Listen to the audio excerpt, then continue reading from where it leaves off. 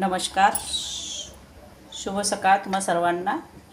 बघा, आज मी उडदाच्या पापडाची चटणी बनवते।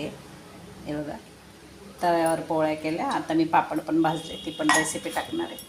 तव्यावर पापड भाजून ते टाकणार आहे। हे बघा, मी उडदाचे पापड असे साधे भाजून घेतले गॅसवर, असे साधे, आणि मी त्याचा असा भुगा करून घेणार आहे। हे बघा, असा बारीक असा चुरगळून घेणार आहे भुगा करून। हे असं चांगला आपण जसं चुरा करतो तसं चुरा करून घ्यायचा छान पद्धतीने, असं मस्त। तुम्ही वरण भात असं तोंडी दाबायला, आज एकादशी सोडायची म्हणून मग मी स्वयंपाक केला। वरण भात, मेथीची भाजी, गवारीच्या शेंगा। हे बघा, इकडे भात शिजतो आहे माझा। सकाळी सकाळी गडबड असते मग मी हे सर्व बनवते। चला म्हटलं तुम्हाला पण देते मी रेसिपी। बघा, तेल गरम झालं आहे, मी गॅस बंद केला। तेल चांगलं कडकडीत गरम करून घ्यायचं। त्यात थोडासा कढीपत्ता टाकायचा, तुम्हाला टाकता आलं तर टाका। कोथिंबीर स्वच्छ धुवून आणि सुकी करून कापून घेतले, नाही तर ती कशी त्याच्यामुळे पापडाची चटणी हे होऊन जाईल, मऊ पडून जाईल। आणि थोडीशी हळद टाकणार आहे, थोडंसं तिखट टाकणार आहे, आणि ही थोडीशी धना पावडर। त्याला चांगलं चाळून घेणार आहे, कारण कढीपत्ता आणि हे चांगलं तळल्या जायला पाहिजे, नाही तर आपली चटणी मऊ पडून जाईल, जास्त वेळ नाही राहणार ती। थोडा गॅस चालू करून देते, गॅस बंद करून टाकला होता। हे बघा, आता पापड चुरून घेतलेले भाजून ते याच्यात टाकून देणार आहे। मला वाटतं त्याच्यात तेल थोडं कमी पडेल, तेल टाकते थोडं। बघा, थोडं तेल टाकते मी, तेल कमी पडेल। असं चांगलं त्याला फ्राय करून घेणार आहे अशी,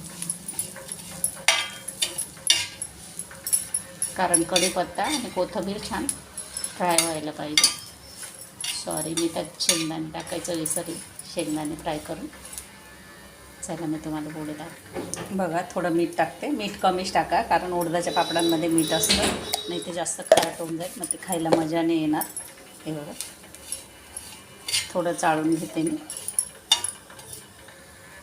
बघा, मी ती चटणी काढून घेतली आणि आता परत थोडंसं तेल टाकते।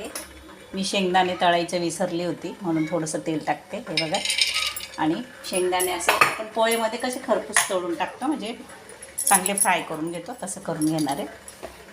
हे बघा, मंद आचेवर छान खरपूस तळून घेणार आहे त्यांना। तुम्ही अशी पण करू शकता, जी मी आधी केली ती, पण हे ज्याचे मला हे असे टाकून छान आवडतात, छान लागते चव पण। दाताखाली असं कडक कडक छान आलं का, पोह्यामध्ये कसे ते शेंगदाणे असले तर मजा येते, तशी चटणीमध्ये पण पाहिजे। चला मी तळून घेते। बघा, चटचट फुटले। आता मला थोडीशी मिरची कमी वाटते, मिरची टाकते, आणि परत किंचित थोडीशी हळद टाकते, कारण थोडी तिखट असली तर वरण भात बरोबर मग खायला छान लागते। ते बघा, असं टाकून देते, परत मिक्स करून घेते। गॅस बंद करून दिलेला आहे मी। हे बघा, झाली आपली चटणी। बघा किती छान झाली, तव्यावरच करून घेतली, पापड भाजले, पोळ्या केल्या। तर चला मी पुढे दाखवते तुम्हाला। बघा, या खायला आपली चटणी झाली। माझा व्हिडिओ आवडल्यास लाईक, शेअर, कमेंट करा, बेल आयकॉन पण दाबा। धन्यवाद।